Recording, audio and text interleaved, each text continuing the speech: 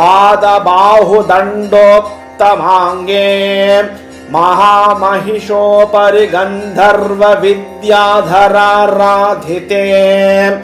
नवरत्ननिधिकोशे तत्त्वस्वरूपे वाक्पाणिपादपायूपस्थात्मिके शब्दस्पर्शरूपरसगन्धादिस्वरूपे त्वक्चक्षुश्रोत्रजिह्वाघ्राणमहाबुद्धिस्थिते ॐ ऐंकार ह्रींकार क्लींकार हस्ते आं क्रों आग्नेय नयन पात्रे प्रवेशय प्रवेशय द्रां शोषय शोषय द्रीं सुकुमारय सुकुमारय श्रीं सर्वं प्रवेशय प्रवेशय त्रैलोक्यवरवर्णिनी समस्तचित्तं वशीकुरु वशीकुरु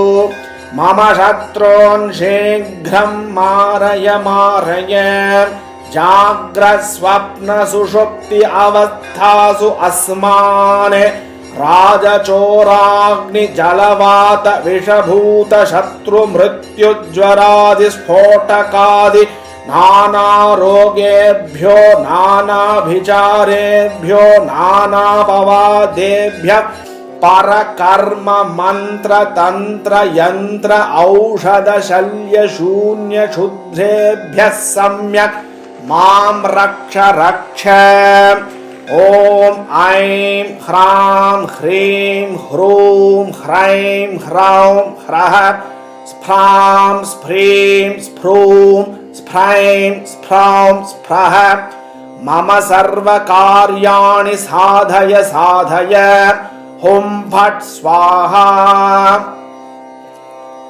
इदं 21 वारं जपेत्। राजद्वारे श्मशाने वा विवादे शत्रुसङ्कटे भूताग्निचोरमध्यस्थे मयि कार्याणि साधय स्वाहा। चण्डिका हृदयं गुह्यं त्रिसन्ध्यं यः पठेन्नरः सर्वकामप्रदं पुंसां भुक्तिं मुक्तिं प्रयच्छति। ॐ इति हृदयं